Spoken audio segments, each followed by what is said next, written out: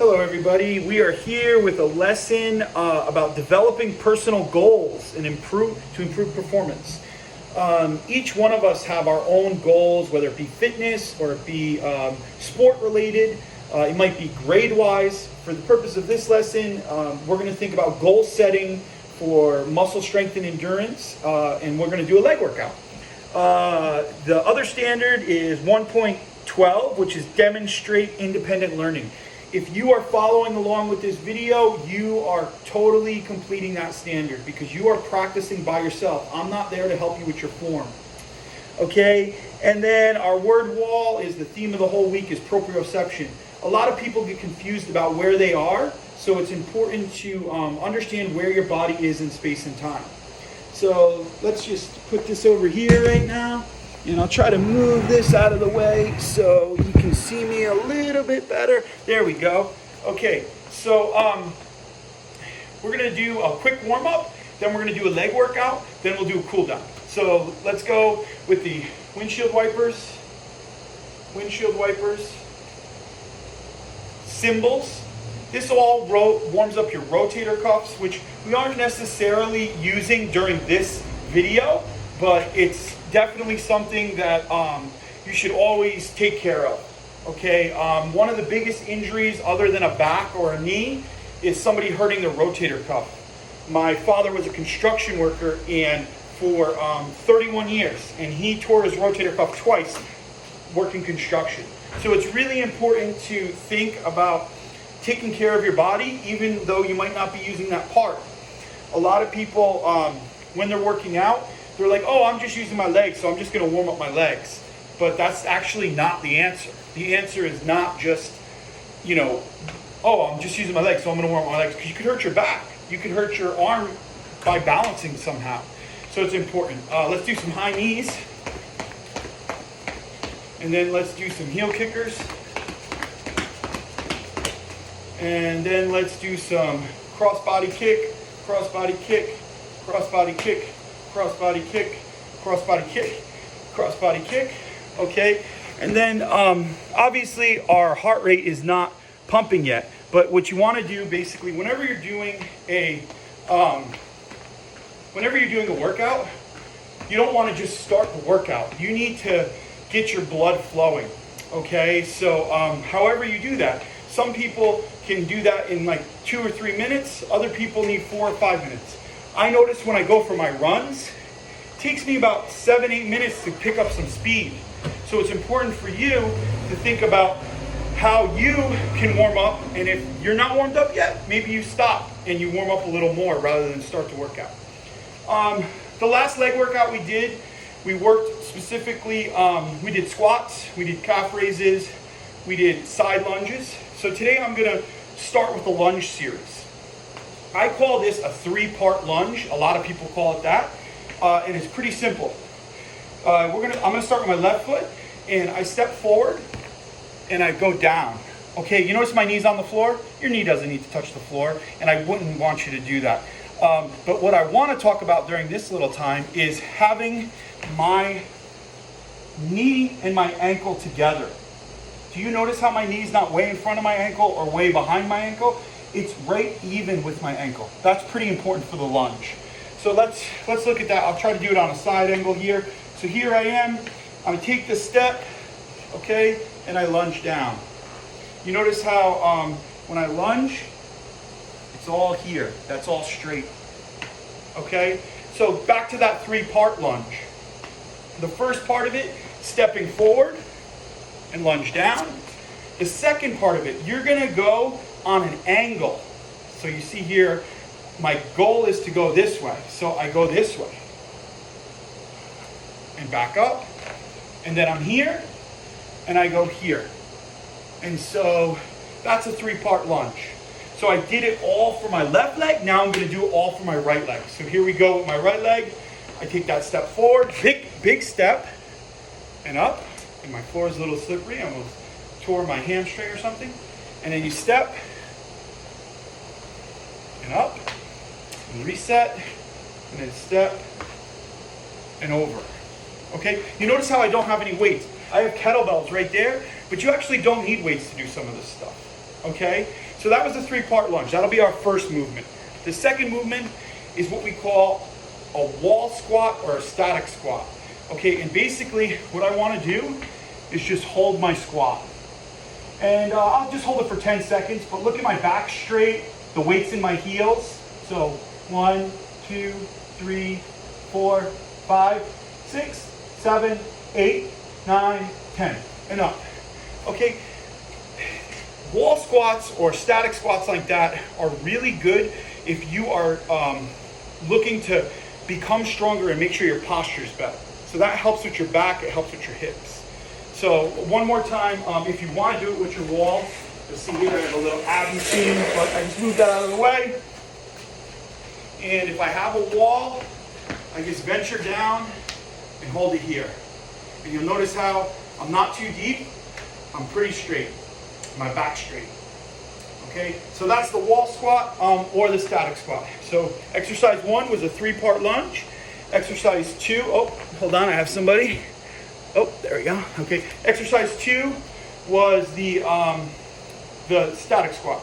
Exercise 3 is another lunge, okay? This lunge is actually called a reverse lunge. So I start here, okay, with my feet together, and then I'm actually just gonna lunge back. I found that when people do the reverse lunge, so they start here and then take a step back with the opposite foot, they actually can do the lunge better because their knee is already stationary. One more time, I'll do it forward so you can see that. It's the reverse lunge, so I start here, and then I take that step back, and then I'm here, and I take that step back.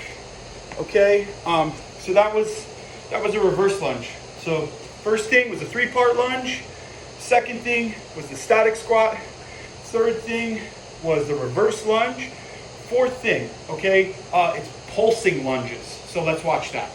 So you're here, you get in the lunge position, and it's almost like you're balancing, doing calf raises during the lunges, okay?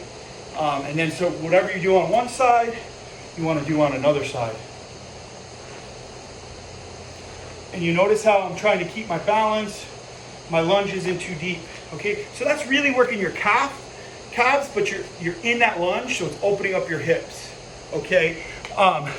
So we did the 3-part lunge, we did the static squat or the wall squat, we did the reverse lunge, and then that was just a pulsating lunge, okay, working our calves.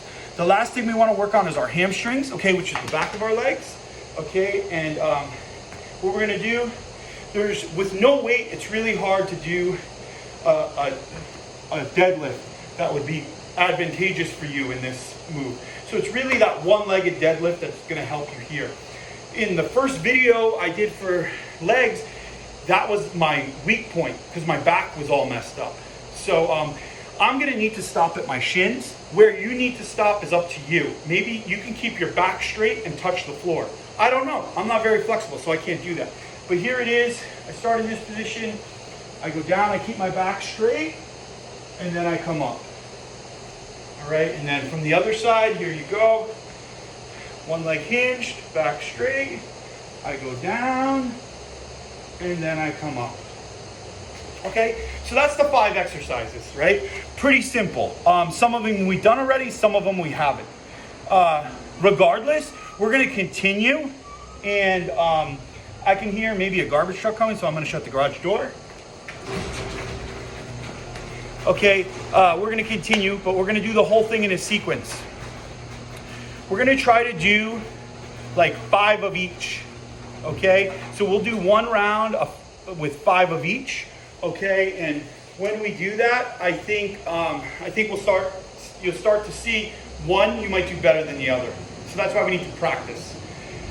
Once again, proprioception, okay? I wanna talk about that. You have to know where your body is, okay? I can't see you right now, so I don't know where your body is. So you need to practice and learn where your body is. You need proprioception. Let's start with that 3-part lunge. So every round of the left side is 1. So basically you're doing 3 lunges, but it actually only equals 1 lunge. I'll do the counting for you. So here we go. Forward 1, side 2, side 3. Okay, so that was 1, and we want to do 5. So come forward 1, 2, 3. Okay, so that's 2. And here we go. 1, 2, 3. Okay, I said 5, but in the interest of time and going through it a couple times, maybe let's just do 3. Okay, so here we go. Forward 1, forward 2, sideways, and full side. Okay, so that's 1, and then 2. You notice how this is working all parts of your legs. You should feel this in every part of your leg, especially if you're taking a big step like I am. You should feel it in the insides of your legs, the outsides of your legs. All right, so that was our 3-part lunge. Now we're going to do 3 static squats or wall squats, and we're going to hold it for 10 seconds each. So here we go. Let's do that. I'll go here, and I'm going to hold my first one here. Ready, set, go. 1, 2, 3, 4, 5, 6, 7, 8, 9, 10. Okay, so that was 1. Maybe I want to do the wall squat now. So if you don't have a wall, don't do a wall squat. So I'm going to get deep, and here we go. 1, 2, 3, 4, 5, 6, 7, 8, 9, 10. All right, so that was a wall squat. Now I'll do the other side. Here we go. 1, 2, notice my back is straight. 3, 4, 5, 6, 7, 8, 9, 10. Okay, so I did those 3 times each, okay? And so now we're on to our next move. Okay, our next move is that reverse lunge, okay? Helps you with your form. So go on a little bit of a side angle here. So I start up here, and then I lunge back. 1, my knee doesn't touch the floor. Then I come back. My floor is kind of slippery. 2, 3. So there we go. I did 3 of those. Whatever you do for one side, you do for the other. Symmetry. You want to have balance in your body.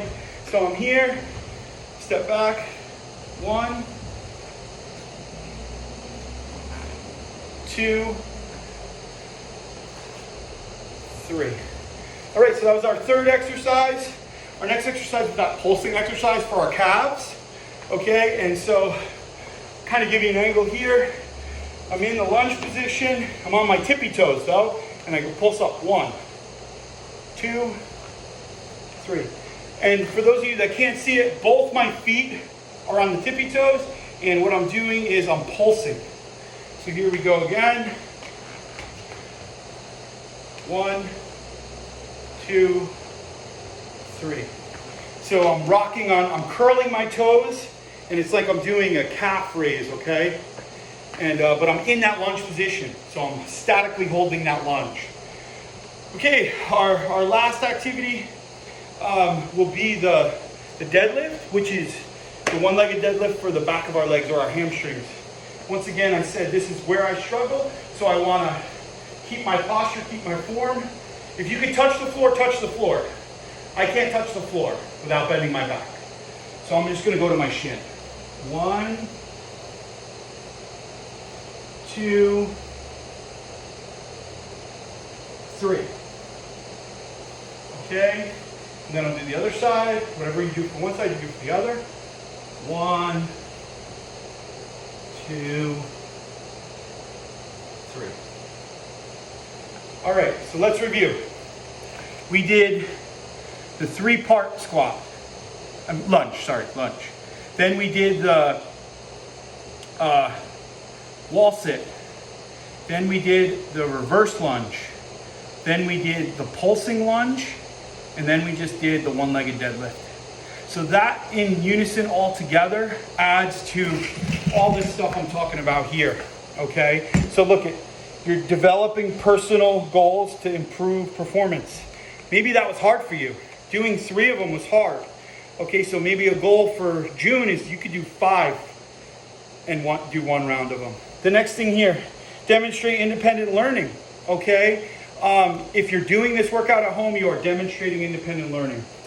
And then the last thing, the proprioception. Okay, it's hard to know where your body is. That's why when you're doing the new project, you have to videotape yourself or take pictures, because you might not know where you are. Sometimes you don't know you're doing something wrong until you see yourself in a mirror. So it's important to practice that.